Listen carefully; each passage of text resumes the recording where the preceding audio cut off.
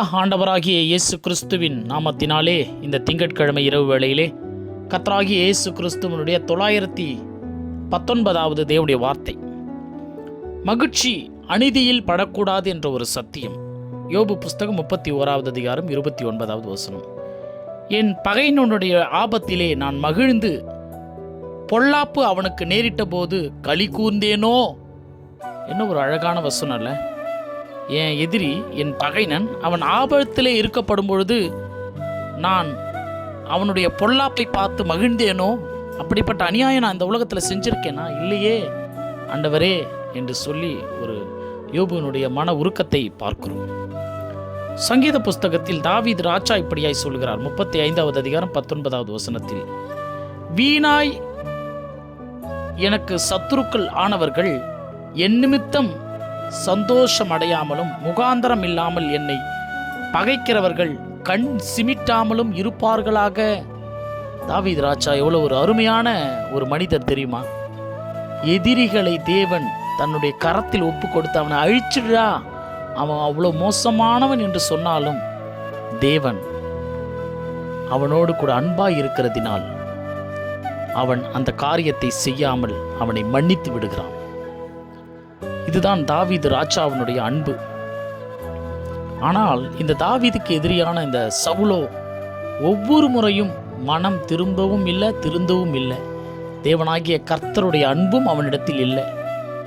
மிகவும் பொறாமை பொச்சரிப்போடு தாவீதை அழிப்பதே குறி நோக்காக கொண்டு வாழ்ந்து வந்தான்.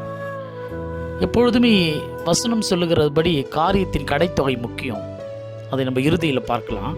நீதிமொழிகள் புஸ்தகம் 17வது அதிகாரம் 5வது வசனம், ஏழையை பரியாசம் பண்ணுகிறவன் அவனை உண்டாக்கினவரை நிந்திக்கிறான், ஆபத்தை குறித்து கழிக்கிறவன் தண்டனைக்கு தப்பான்.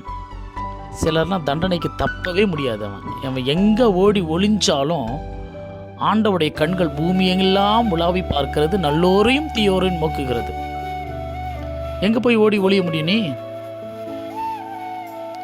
நீதிமொழிகள் 24:17 சொல்லுகிறது, உன் சத்துரு விழும்பொழுது நீ சந்தோஷப்படாதே, அவன் இடரும் போது உன் இருதயம் களி கூறாமல் இருப்பதாக. எவ்வளோ ஒரு அழகான ஒரு மனிதன் மீது மனிதன் வைக்கக்கூடிய கர்த்தருடைய அன்பு இது.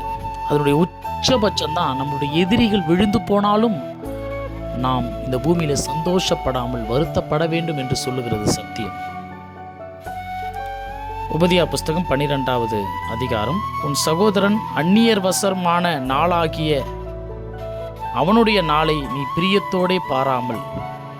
நம்முடைய சகோதரன் ஒரு அந்நியர்கள் கையில் வசப்பட்டு அகப்பட்டு கொண்ட ஆபத்து நாளை நீ பிரியத்தோடு பார்க்கக்கூடாது.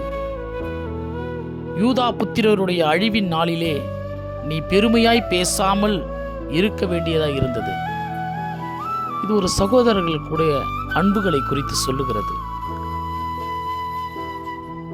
உன் சகோதரன் அந்நியர் வசமான இந்த சாத்தானிடமோ இந்த உலகத்தினுடைய பொல்லாத ஆபத்திலோ சிக்கிக்கொள்ளும் பொழுது நீ அதை பிரியமாய் பார்க்கக்கூடாது, வருத்தமாய் பார்க்க வேண்டும்.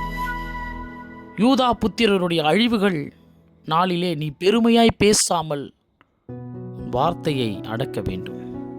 அதை தான் அப்போஸ்தலன் பவுல் சொல்லுவார். ஏனென்றால் அவர் சத்தியத்தில் ஊழியம் செய்த ஒரே ஊழியக்காரர். அநியாயத்திலே சந்தோஷப்படாமல் சத்தியத்திலே சந்தோஷப்படுங்கள். ஆகவே ஆண்டவராகிய இயேசு கிறிஸ்துவனுடைய வசனம் முதல்ல பார்த்தல யோபுக்கு சாத்தான் எவ்வளவோ தீங்கு, நாசமோச வேலை, அழிவின் வேலை, வஞ்சக வேலை, எதையோ பார்த்தான். யோபுவினுடைய எல்லா காரியத்திலையும் யோபு பொறுமையோடு கூட தேவனாகிய கர்த்தரை முன்குறித்து வைத்து கொண்டிருந்தான். இறுதியில் அவனுடைய பின்னிலைமை இழந்ததைகள் எல்லாவற்றையும் இரட்டிப்பாய் கொடுத்தான். அவனை பின்தொடர்ந்து வந்த சாத்தானும் தோற்று போனான். இங்கே தாவீது ராஜா சொன்னார் அல்லவா, வீணாய் எனக்கு சத்துருக்கள் ஆனவர்கள் என் நிமித்தத்தில் சந்தோஷம் அடையாமல் முகாந்தரம் இல்லாமல் என்னை பகைக்கிறார்கள் என்று சொன்னார்ல. தாவீதுக்கு எதிரியான சத்துருவாகிய அந்த சவுல் ஈட்டியை நட்டுக்கொண்டு தானே குத்தி கொண்டு இறந்து போனான். இதான் எதிரிகளுக்கு கிடைக்கக்கூடிய தண்டனை. ஆகவே கர்த்தருடைய பிள்ளைகளே, ஆண்டவராகிய தேவனை நேசிக்கக்கூடியவர்களே, அநியாயத்திற்கு சந்தோஷப்படாமல் சத்தியத்திற்கு சந்தோஷப்படுங்கள். அந்த சத்திய நீதிபரர் இயேசு கிறிஸ்து நம்மை எப்பொழுதும் ஆசீர்வதிப்பாராக. அடுத்த தெய்வ செய்திகளோடு நாளை தினத்தில் சந்திக்கும் வரை நான் உங்கள் காட் சர்வன்ட் சகரியா.